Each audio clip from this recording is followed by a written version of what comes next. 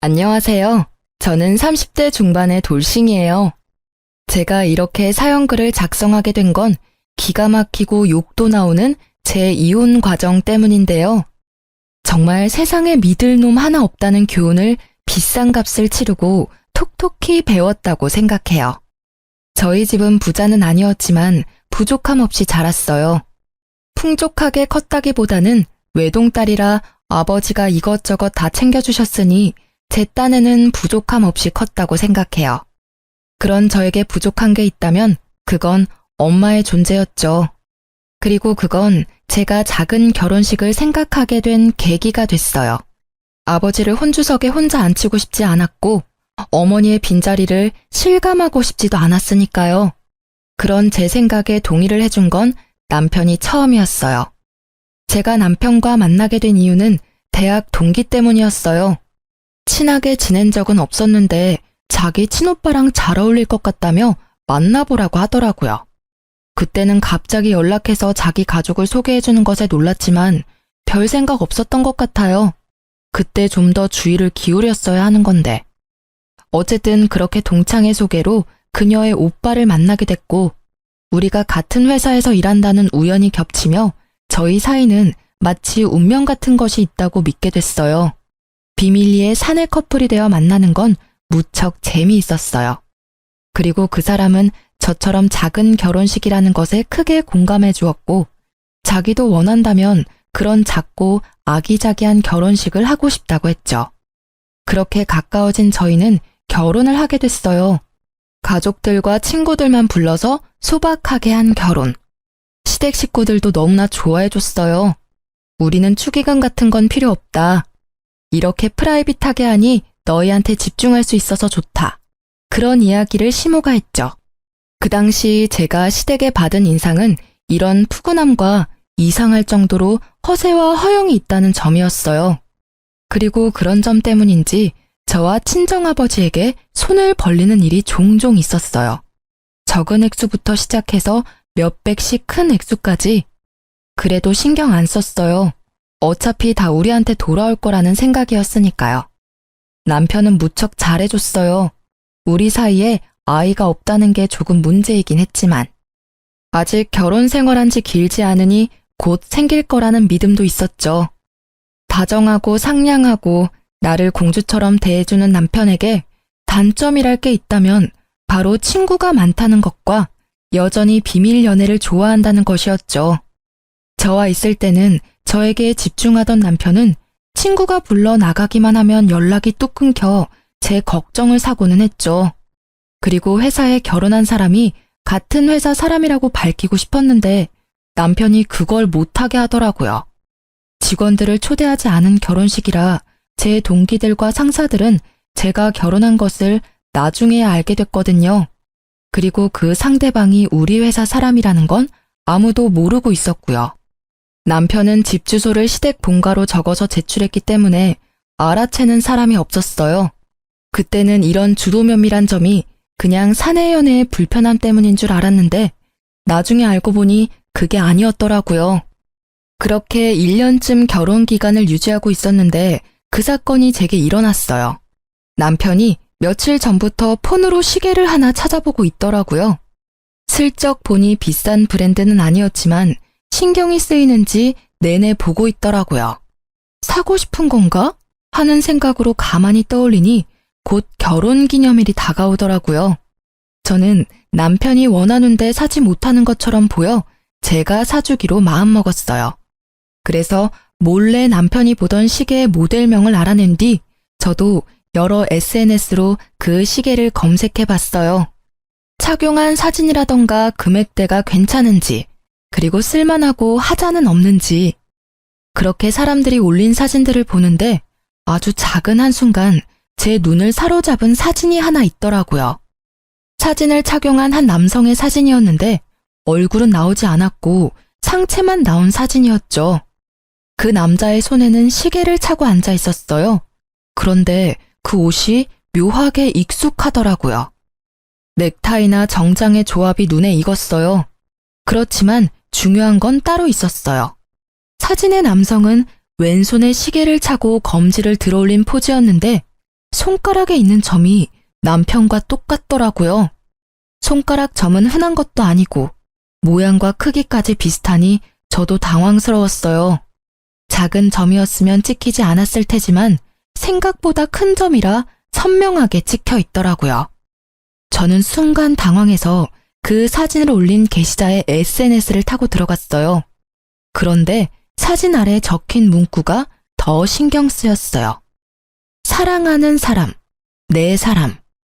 이 게시자의 다른 사진을 뒤져봤지만 크게 건질 게 없더라고요. 사람이 나온 건 딱 그 사진뿐이었으니까요. 일단 그 사진을 캡처해서 몇 번이고 뜯어봤어요. 이게 진짜 남편일까 하는 생각이 들었죠. 아닐 거야 하는 마음이 더 컸어요. 이 시계가 남편에게는 없어 남편은 가지고 싶어서 찾고 있는데 착용 컷이라니 아니겠지 하는 제 생각은 그날 저녁 여지없이 흔들렸어요. 남편이 그 시계와 똑같은 시계를 왼쪽 손목에 차고 왔더라고요. 여보, 그거 처음 보는 시계인데? 예쁘다. 얼마 주고 샀어? 이거 친구가 선물로 사준 거야. 저번에 생일 때 못 만나서 못 줬다고 이제야 나한테 선물로 주더라고. 어때? 괜찮아? 예쁘네. 근데 이거 언제 받은 거야? 어제까지는 안 보이던데. 3일 전에 받았어. 나 약속 있어서 나갔잖아. 그때 친구가 줬어. 3일 전. 그 사진이 찍힌 날짜였어요. 딱 당일이었죠. 저는 직접적으로 남편에게 묻기로 했어요. 그런데 혹시 이 사진에 있는 사람 당신 아냐? 제가 처음에 사진을 보여주니 남편이 순간 멈칫하더라고요. 사진을 유심히 보더니 웃으며 말하더라고요. 나? 이런 사진 찍은 기억이 없는데? 나 아닐 거야. 옷만 비슷한 다른 사람이겠지. 슬쩍 발을 빼려는 모습이 보여 저는 더 적극적으로 추궁했어요. 근데 이 점을 보고도 비슷한 사람이라고 말할 수 있어? 이거 누가 봐도 당신 점이잖아. 왜 거짓말을 해? 내가 내 입으로 이걸 말하게 만드냐고. 당신이 솔직하게 말하면 조용히 이야기하고 넘어가려고 했는데 뭐야? 왜 숨기는데? 딱 봐도 당신이잖아. 제가 확대한 사진에는 남편의 손가락 점이 정확하게 찍혀 있었거든요. 그걸 본 남편의 얼굴이 하얗게 질리더라고요. 확실하게 확인이 가능하더라고요. 여보, 오해하지 마. 이건 내가 다 설명할 수 있어. 무슨 설명? 이 사진보다 더 확실한 설명이 어디 있어? 당신 못 봤지? 이 사진 올린 여자가 이 사진에 뭐라고 써놨는지. 사랑하는 사람이래. 어이가 없어서.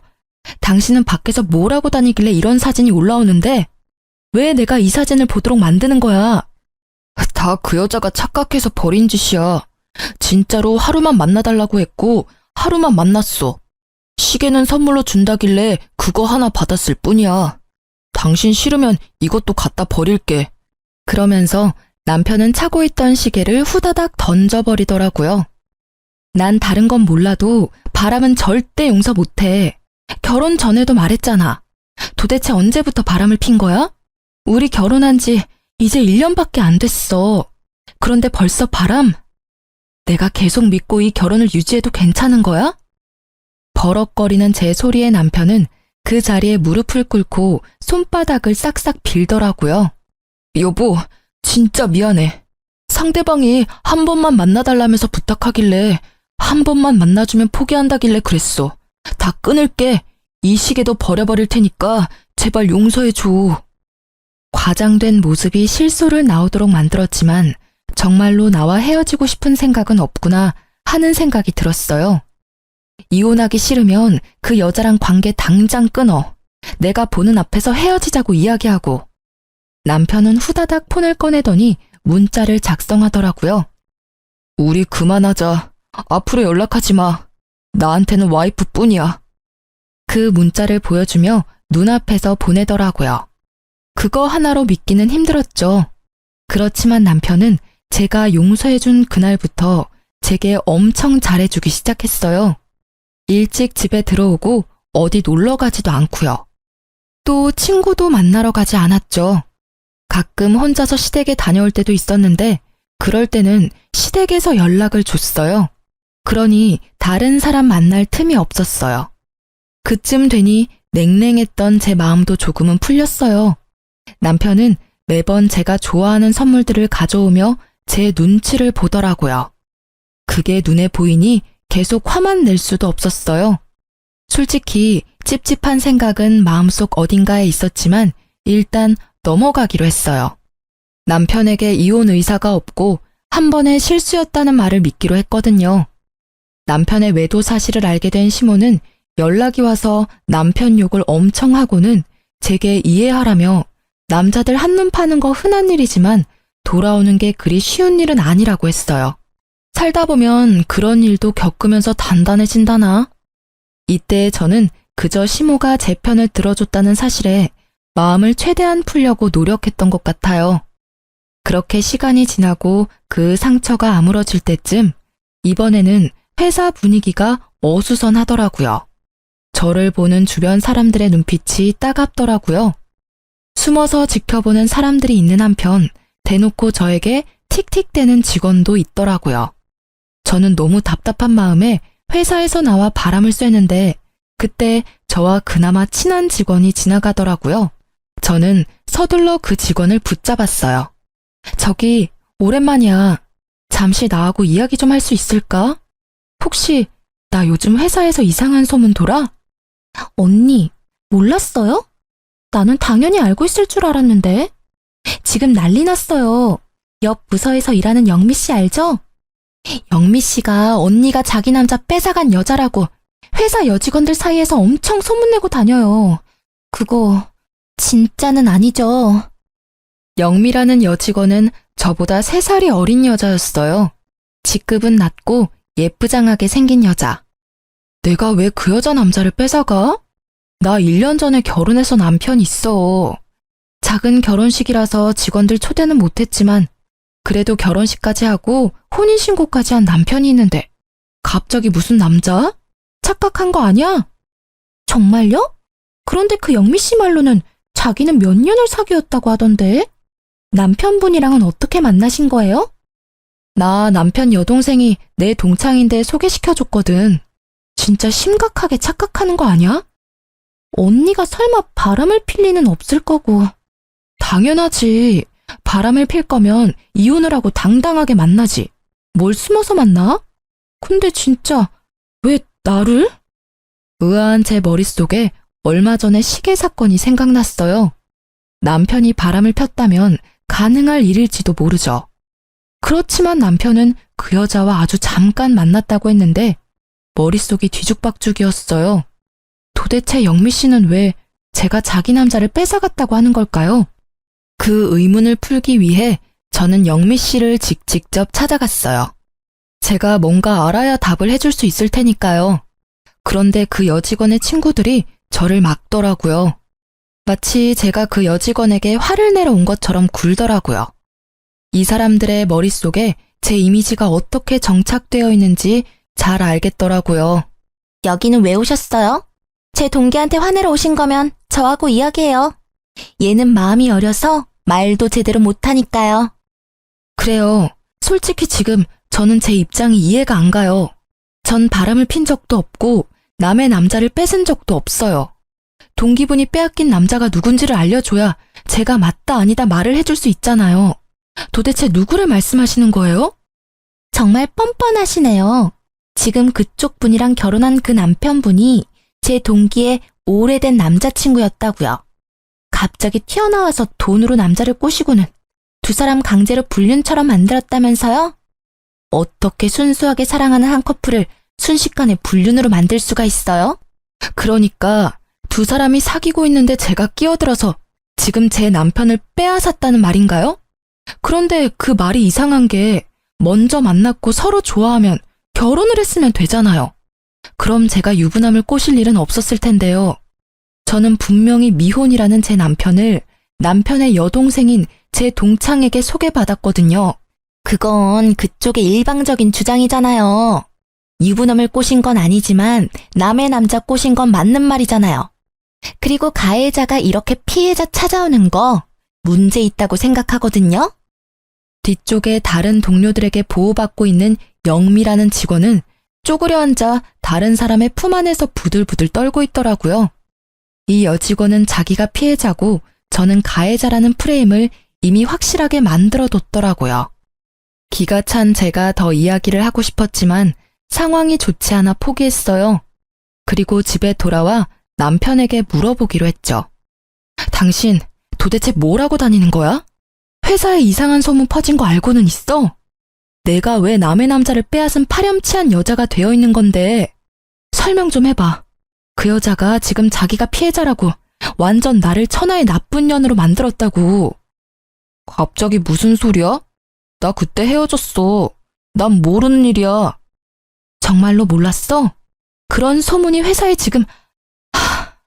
됐고, 그 여자는 당신이랑 꽤 오랫동안 사귀었다는데 그 말은 어느 쪽이 진짜야? 오래 사귀었다고? 아니야, 절대로 그럴 일 없어.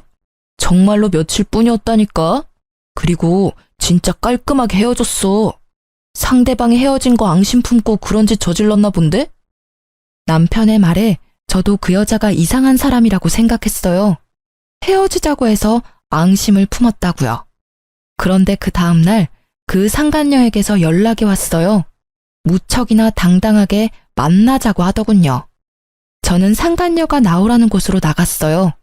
다리를 척 꼬고 앉아있는 모습이 너무도 당당해서 저는 말문이 막혔어요. 드디어 저랑 이야기할 마음이 들었나요?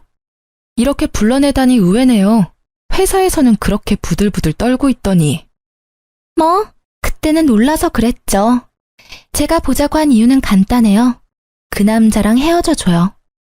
그는 여전히 저를 사랑하고 당신하고는 돈 때문에 결혼한다고 했거든요.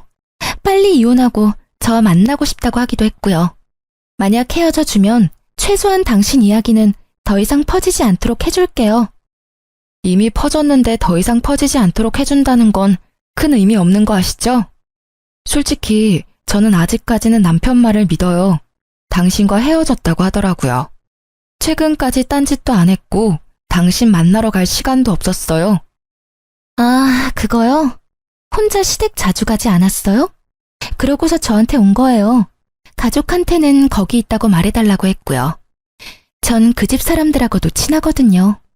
그리고 혹시 못 믿겠으면 보실래요? 저랑 그 사람이 나눈 대화 내용? 상간녀가 보여준 톡 내용은 보는 동안 토할 만큼 역겨운 대화로 가득했어요. 더러운 기분에 결국 저는 화가 머리끝까지 났죠. 헤어졌다고 해놓고는 거짓말을 했으니 제가 돌아버리지 않겠어요? 그런 저에게 상간녀가 한마디를 때리더라고요. 솔직히 난 피해자잖아요. 잘 사귀고 있는데 당신이 내 남자와 바람핀 거니까. 게다가 돈으로 유혹해서 남자 뺏어간 가해자는 당신이고. 피해자라. 그렇게 치면 제 쪽이 더 큰 피해자 아닌가요? 저는요, 당신하고는 달리 그 남자 가족한테 소개받아서 결혼했어요. 분명히 말해두지만 저는 그 남자가 유부남이었다거나 다른 여자가 있었다면 절대로 결혼 안 했을 거고요. 이것만 보면 저는 혼인빙자 사기를 당한 거거든요? 맞잖아요. 당신 말대로 그 집안 사람들이 당신과 그 남자 사이를 인정하고 있었다면 저에게 왜 남자를 소개시켜 줬겠어요? 의도가 확실하게 있으니까 소개시켜 줬을 거고 뭔가 목적이 있으니까 당신이 있는 걸 숨겼을 테고 그리고 그 의도와 목적이 돈이라는 건 당신한테 들어서 이미 짐작이 됐고요. 저한테 그런 거 따져봐야 소용없는 거 아시죠? 이미 당신은 회사에서 남의 남자 뺏어간 천하의 나쁜 년이거든?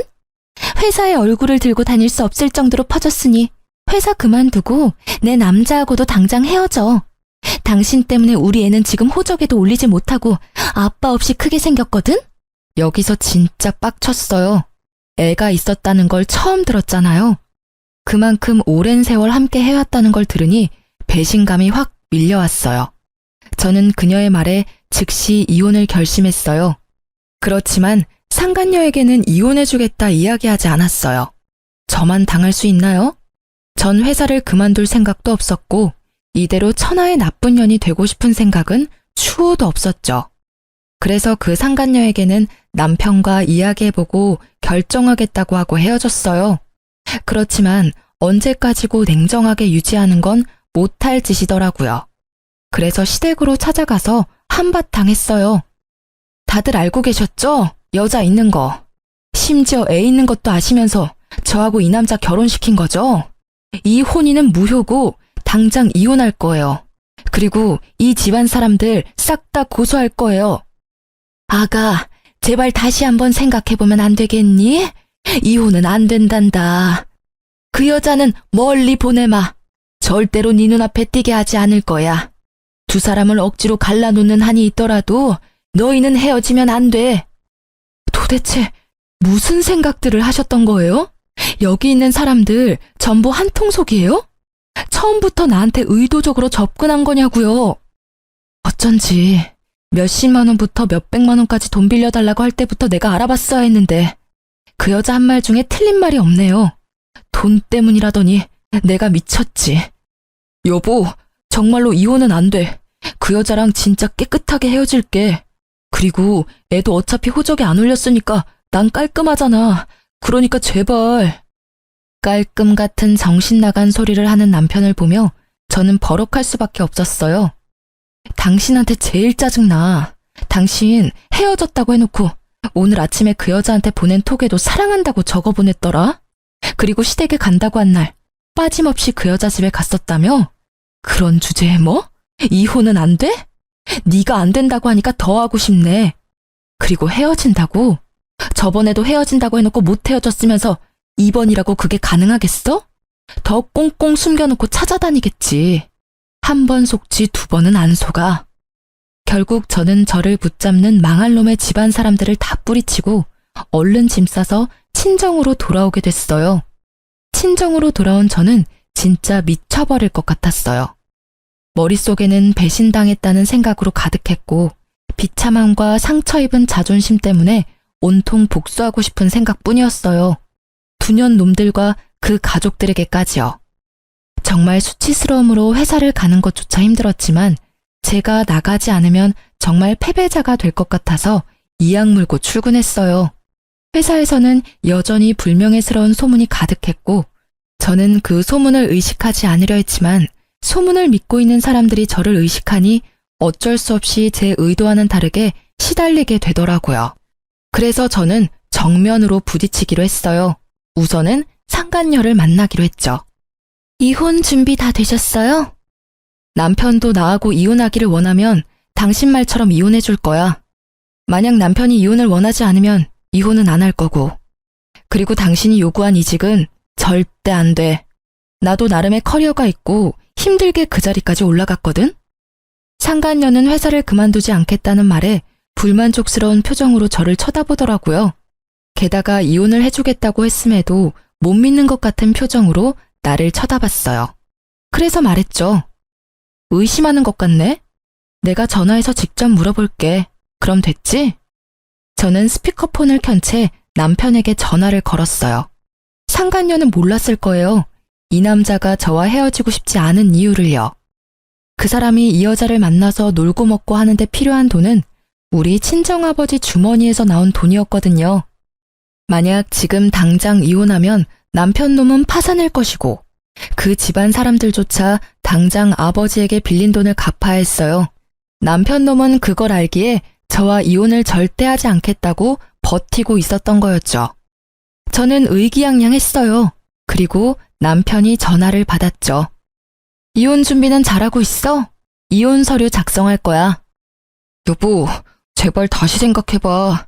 우리 이렇게 헤어지는 거 아니잖아. 응? 난 정말 당신한테 헌신을 다했다고 생각해. 물론 잠시 그 여자 꿰매 넘어가서 내가 미친 짓을 했지만 이제는 정말 반성했고 더 이상 만나지 않을 사람이야. 그러니까 부탁이야. 그런데 그러기엔 너무 멀리까지 오지 않았어? 그 여자 사이에 애까지 있다면서.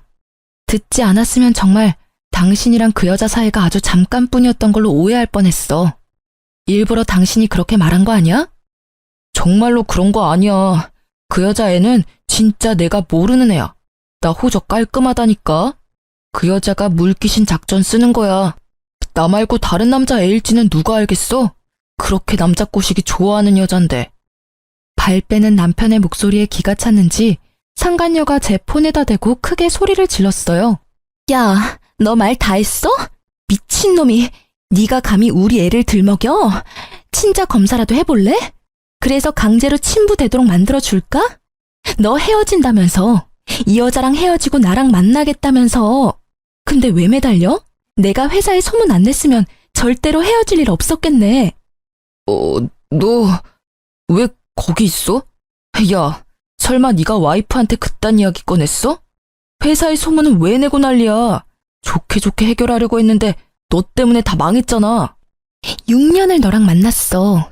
네가 이 여자랑 결혼하겠다고 했을 때도 잠깐 만났다가 헤어지겠다는 네 말까지 믿었어.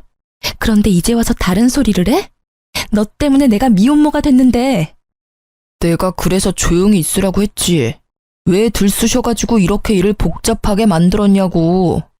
6년 참은 김에 좀 더 참지 그랬어. 사람이 왜 이렇게 생각이 없어? 내가 만나주는 것만으로도 다행으로 생각해야 하는 주제에. 뭐? 생각이 없는 건 너겠지.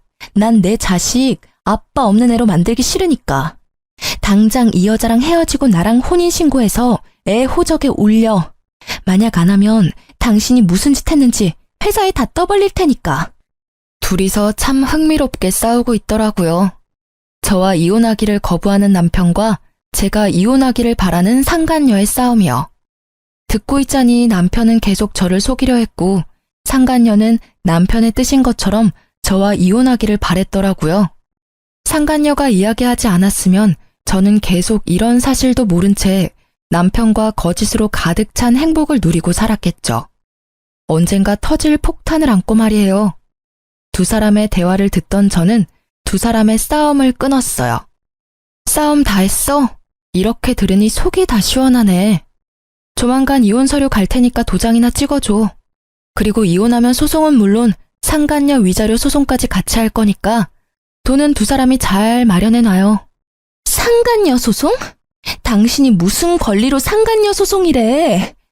충분히 가능하지. 적어도 나는 저 남자랑 법적으로 부부거든.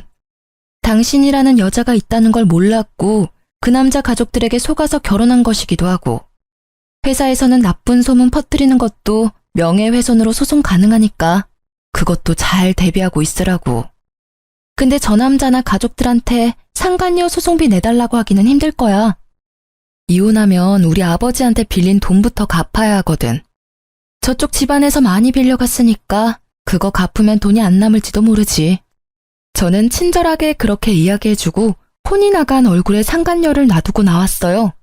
그리고 다음날 직장에서 대놓고 그 상간녀에게 찾아갔어요. 이번에도 그녀의 동기들이 그녀 앞을 막고 있더라고요. 그냥 들으세요. 저는 이혼 서류 이미 보냈고 이혼하자고 했어요. 그러니까 그 남자 가져가세요. 상대방이 뭐라 하든 이혼할 생각이고 그 집안 사람들 다 혼인빙자 사기로 고소할 거니까. 그렇게 알고 계세요. 정말 이혼할 건가요? 네, 남이 씹던 껌 씹는 기분이 얼마나 더러운데요. 그러니까 다시 돌려드린다고요. 지금이라도 두 사람이 몇 년간 사귀었고 그 사이에 애까지 있었으며 저와 결혼 기간 중에 그 여자와 지속적으로 관계를 맺었다는 걸 알게 돼서 정말 다행이라고 생각해요. 다 그쪽 덕분이죠. 말을 뭐 그딴 식으로 해요? 당신이 남의 남자 뺏어놓고 이렇게 당당하게 구는 거 웃기지도 않아요? 계속 제가 뺏었다고 이야기하는데 전 저희 신우한테 소개받았어요. 당연히 미혼의 솔로라고 소개받았죠. 그렇게 반년 넘게 사귀고 결혼해서 1년을 더 지냈죠. 상식적으로 예전부터 연인 사이라도 남자가 혼인신고까지 해서 유부남이 됐으면 관계를 끊어야 정상 아닌가요? 아니면 결혼 전이나 직후에 저한테 말하러 왔으면 저도 이런 식으로 1년을 허비하지는 않았겠죠. 결혼한 걸 뻔히 알면서도 말 안 하고 몰래 만났다가 회사에 제가 남의 남편 뺏은 것처럼 소문내고 제가 좋게 이야기할 수 있었겠어요? 그렇게 피해자하고 싶으면 하세요. 저라면 자존심 상해서 피해자는 못할 것 같은데. 확실하게 법의 심판을 받게 해드릴 거니까 기대하세요. 우선은 상간녀 소송부터니까 잘 준비하세요. 제 말에 당황한 건 듣고 있던 동기들 쪽이었어요. 유부남인 걸 알았으면 헤어지거나 알게 된 즉시 이야기를 했어야 하는데 그걸 숨기고 만난 건 명백히 상간녀의 잘못이니까요. 그렇게 이야기하고 제자리로 돌아오니 제 책상에 무슨 꽃다발이 놓여 있더라고요. 제가 좋아하는 꽃이 가득한 걸 보니 누가 산 건지 짐작이 가더군요. 남편이 점심을 틈타 와서 기다리고 있더라고요. 여보, 기분 풀어. 우리가 얼마나 서로에게 충실했는지 잘 알잖아. 아무리 그래도 우리가 지내온 추억을 생각해서라도. 번지수 잘못 짚었어. 그 꽃 영미 씨 갖다 줘야지. 우리 이제 이혼할 거잖아. 나보다 더 오랫동안 만나온 상간녀가 있으면서 나한테 이러면 곤란한데? 이런 저희의 실랑이에 결국 그 상간녀도 등장했어요. 저는 상간녀를 보고는 남편에게 더 매몰차게 굴었어요. 우리 이미 이야기 끝났어. 난 이런 취급 받으면서까지 당신이랑 결혼 유지하고 싶은 마음 전혀 없어. 여자의 애까지 있었으면서 총각 흉내하면서 결혼까지. 그거 사기거든? 좋은 말로 할 때 이혼해줘? 안 돼, 여보. 제발 다시 생각해봐. 진짜 헤어지지만 않으면 내가 뭐든 다 할게. 미안한데 그런 얘기는 회사에 나를 남의 남자 뺏은 년이라고 거짓 소문이나 흘린 상간녀한테나 해. 여보, 그 여자랑은 이미 헤어졌다고 했잖아. 나 진짜 깨끗해. 아무 사이도 아니라고. 다 저 여자가 오바해서 이런 액션 취하는 거야. 결국 버티다 못한 상간녀가 벌겋게 된 채 분노를 삼키고 있더라고요. 대놓고 아무 사이 아니라는 말을 들었으니 이제는 제가 강제로 자기 남자를 빼앗았다는 말을 퍼뜨릴 수 없겠죠. 진짜 꼴보기 싫은 남편의 등장이었지만 한편으로는 아주 좋은 타이밍이었다고 생각해요. 너무 통쾌했어요. 내가 뺏은 게 아니라 상간녀가 불륜을 저질렀으며 결국에는 버려졌다는 사실을 모두가 알게 돼서요. 저는 남편에게 꽃다발을 집어던지며 말했어요. 이혼 확정이니까 이제 와서 이딴 눈에 뻔히 보이는 짓 하지 마. 그리고 결혼 기간 동안 우리 아버지한테 빌려간 돈 다 갚아. 당신 부모가 빌린 돈도 당신이 빌린 만큼은 되거든? 그것도 갚아. 그치만 우리 가족이잖아. 가족끼리 돈 빌린 건 빌린 거라고 보기에는 좀. 나랑 당신 사이면 그냥 넘어갈 수도 있겠지. 근데 당신 돈 받을 때 계좌에 넣어준 사람이 누군지 잊었어? 우리 아버지거든? 그리고 아버지가 항상 빌려주면서 천천히 갚으라는 문자 보냈지? 그건 갚아야 할 돈이라는 거지. 빌려준 사람이 갚기를 원하는데 왜 안 갚아? 돈 떼먹을 생각이면 그것까지 소송할까? 제 말에 남편 놈은 급히 손사래를 치며 그런 거 아니라더군요. 분명히 헤어지라고 했는데도 다시 만날 정도로 좋아한 여자였으면서도 돈을 갚아야 할 상황이 되니 여자며 애며 다 버리는 남자랑 살았다는 게 더 비참했어요. 정말로 나를 돈으로 봤나 하는 생각이 들었거든요. 그렇지만 이 사건을 통해 회사 분위기는 싹 바뀌었어요. 남편은 바람핀 찌질한 놈이 되었고 상간녀는 모두가 보는 앞에서 피해자 흉내내다가 진짜 피해자가 됐죠. 저는 외도 남편 참교육시킨 승리자가 됐죠. 저는 막타를 상간녀에게 때렸어요. 그때 상간녀의 얼굴을 잊을 수가 없어요. 이보세요, 영미 씨. 이 남자랑 헤어져 줄 테니까 둘이서 잘 사세요. 당신 말대로 이 남자가 돈 보고 결혼한 것 같으니까 재결합 걱정 같은 건 하지 마시고요.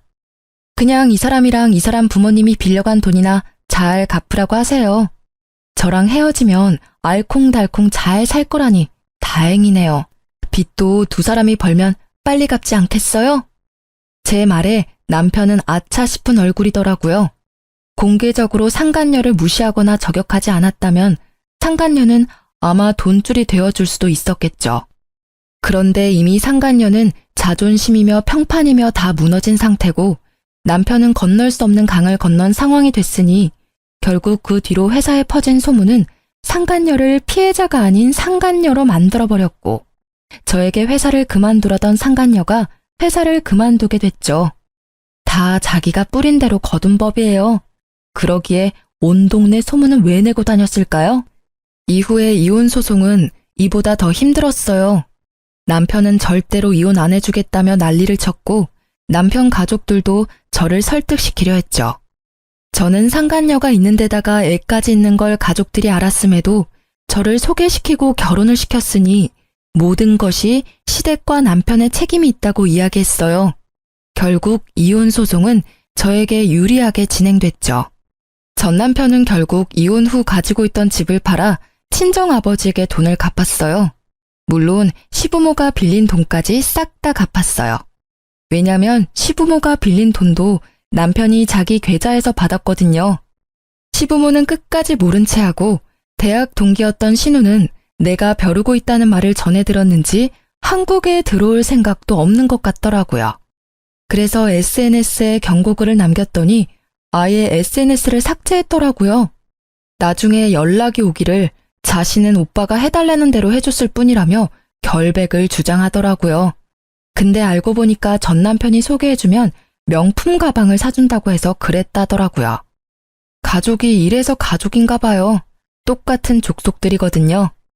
전 남편은 빌린 돈에 위자료까지 지급해야 해서 남은 돈이 없었던 것 같더라고요. 그런데 이후에 웃긴 일이 있었죠. 이런 일이 있었음에도 착실하게 돈 모을 생각은 하지 않고 이번에는 또 다른 여자를 찾아 다니더라고요. 결국 이번에도 돈 많은 여자 잡아서 편하게 살려고 하는 걸 보니 아직 정신 못 차리나 싶었죠. 저는 아직도 전 남편과 함께 일하는 이 상황이 너무 싫었어요. 그렇지만 곧 자기 무덤 자기가 열심히 팠더라고요. 이혼 후 몇 달 되지 않아 한 여자가 회사 앞에서 고래고래 고함을 지르고 있더라고요. 이 사기꾼 같은 놈, 어떻게 할 거야? 내 돈 내놔. 결혼식에 필요하다며 가져간 돈 다 내놓으라고. 잠깐만, 여기서 이러지 말고. 뭘 이러지 마? 너 총각이라며. 그런데 애 딸린 돌싱? 그런 주제에 매번 나한테 돈까지 받아갔다 이거지? 나 애 없어. 호적에 애 있는 거 봤어? 그리고 결혼은 한 번 했지만 그건 실수였다고. 제대로 된 결혼 생활도 아니었어. 그리고 돈은 결혼식 하는데 썼다고 했잖아. 참 말하는 걸 보니 나쁜 놈이 틀림없더라고요. 상대방 여자에게는 씨알도 먹히지 않았죠. 거짓말을 이렇게 한다 이거지? 내가 모를 줄 알았어? 방금 내가 웨딩샵에 전화하고 달려온 거거든? 드레스가 마음에 안 들어서 바꾸려고 전화했더니 예약은커녕 주문도 안 돼 있더라고. 그리고 예식장이랑 주얼리샵에도 전혀 주문받은 기록 자체가 없다는 게 말이 돼? 뭘 예약을 했는데? 너 사기꾼이지? 당장 돈 내놔 이 나쁜 놈아. 이야기를 들어보니 이 여자도 참 딱하더라고요. 우리 회사에 지금 전 남편이 곧 그만둔다는 사직서를 내둔 상태였거든요. 그것도 결혼식 전주까지 일한다고 말이죠. 누가 봐도 결혼식 전에 튀려는 생각이었던 거죠. 누가 결혼 전에 회사를 나가요? 뿌린 만큼 거두고 나가려고 하지. 딱 보니 약혼녀 돈 갖다 쓰고는 도망치려고 한 거죠. 언니, 저분도 참 대단하시네요. 재벌은 난 못 준다더니. 여전히 여자한테 돈 뜯어먹으려고. 근데 이번 건은 좀 위험한 거 아니에요? 딱 봐도 튀려고 한 것 같던데. 진짜 직전에 걸렸으니. 제 밑에서 일하는 후배의 말에 재미있게 구경하던 저도 대답했어요. 그러게나 말이다. 애 딸린 건 어떻게 알았을까 모르겠네. 호적에 안 남는다며 자기는 깨끗하다던데. 여자의 한이 얼마나 무서운지 얕본 거지. 그때 상간녀가 가만히 있었겠어? 분명히 이번에도 그 여자가 이야기했을걸? 그러지 않고서는 애 있는 거 모를 텐데. 두 사람 완전히 갈라졌다고 이야기 들었거든. 정말요? 진짜 무서운 사람들이네요. 근데 저분 별명 새로 얻은 건 알고 계세요? 무슨 별명? 카사노바라고. 그렇게 회사에 소문이 자자한데도 여직원들 꼬시려고 했다잖아요. 정말 뻔뻔하네. 얼굴은 어떻게 들고 다니나 몰라. 이번 일로 별명이 바뀔지도 모르겠네요. 이번에는 더 흉악한 단어로 바뀔지도? 아무리 봐도 사기니까, 제비? 아니면 사기꾼이 되지 않을까요? 결국 여자가 전 남편을 데리고 어디론가 가더라고요. 알고 보니까 경찰서까지 가서 그 뒤로 조사차 여러 번 다녀오더라고요. 그리고 얼마 뒤 사직서를 냈던 전 남편이 사직서를 회수하고 싶다며 여기서 계속 일을 하고 싶다고 했대요. 그런데 회사에서는 이미 사직서 수리가 됐고 회사에서 이렇게 무리를 일으킨 사람을 데리고 있기 어려우니 다른 곳을 알아보라고 했다고 하더라고요. 그렇게 전 남편도 퇴사를 하게 됐어요. 그 뒤에 사람들이 제게 알려주기를 남편은 또 2달 만에 여자가 신고를 해서 퇴사 권고가 내려온 모양이더라고요. 저는 속이 다 후련했어요. 제 속을 타게 만든 2사람이 다 퇴사했으니까요. 아직까지도 저는 그 2사람으로 인한 트라우마에 시달려 혼자 지내고 있어요. 아버지가 이번엔 진짜 믿을 만한 사람을 소개시켜주겠다고 했지만 글쎄요. 이 정도로 당하고 나면 새로운 사람을 만난다는 게 무척 무섭고 어려운 일처럼 느껴지거든요. 제가 단순히 겁이 많은 것일 수도 있죠. 그렇지만 언젠가는 좋은 인연이 나타나지 않을까 하는 생각도 들긴 해요. 검증된 사람이라면 만나도 좋을 것 같다는 생각은 하지만 지금 당장은 아니라는 거죠. 눈 뜨고도 코 베인다는 말이 있잖아요. 저는 이번 이혼을 통해서 속이려는 놈 앞에서는 장사 없다는 걸 깨닫게 됐어요. 누가 이기겠어요? 작정하고 속이려는데. 어떤 사람들은 속아 넘어간 쪽이 잘못이라고 말하는 사람도 있지만 진짜 속이려고 작정한 사람들에게는 못 이겨요. 이 일 이후로 모든 일에 의심부터 하고 보는 의심병이 생긴 것도 어찌 보면 당연하죠. 어떠세요? 제 이혼 이야기를 들으니 욕이 나오시나요? 정말 회사 안에 소문이 파다하게 퍼졌을 때는 진짜 죽고 싶었는데 그래도 이렇게 수습이 되어서 다행이라고 생각해요. 물론 상처야 남았지만 그걸 알고 나서는 모두가 저에게 잘 대해주거든요. 은연중에 저를 비난했던 사람들이 제게 죄책감을 가지게 된 것인지도 모르죠. 그냥 모르는 척 그 호의를 받아들이고 있어요. 그 사람들도 그 상간녀의 꾀임에 빠진 거나 마찬가지니까요. 제 이야기를 들려드리는 건 돌다리도 두들겨보고 건너시라는 말을 해드리고 싶어서예요. 그리고 속았다고 자책하지 마시라는 것도요. 속는 사람이 잘못인 게 아니라 속이는 사람이 잘못인 게 당연하잖아요. 그러니 만약 누군가에게 속았다면 나를 탓하지 말고 상대방을 마음껏 탓하고 호되게 그 값을 치르도록 만들어주세요. 쓰다 보니 엄청 길어졌네요. 저의 이혼사 재미있었는지는 모르겠지만 읽어주셔서 감사합니다.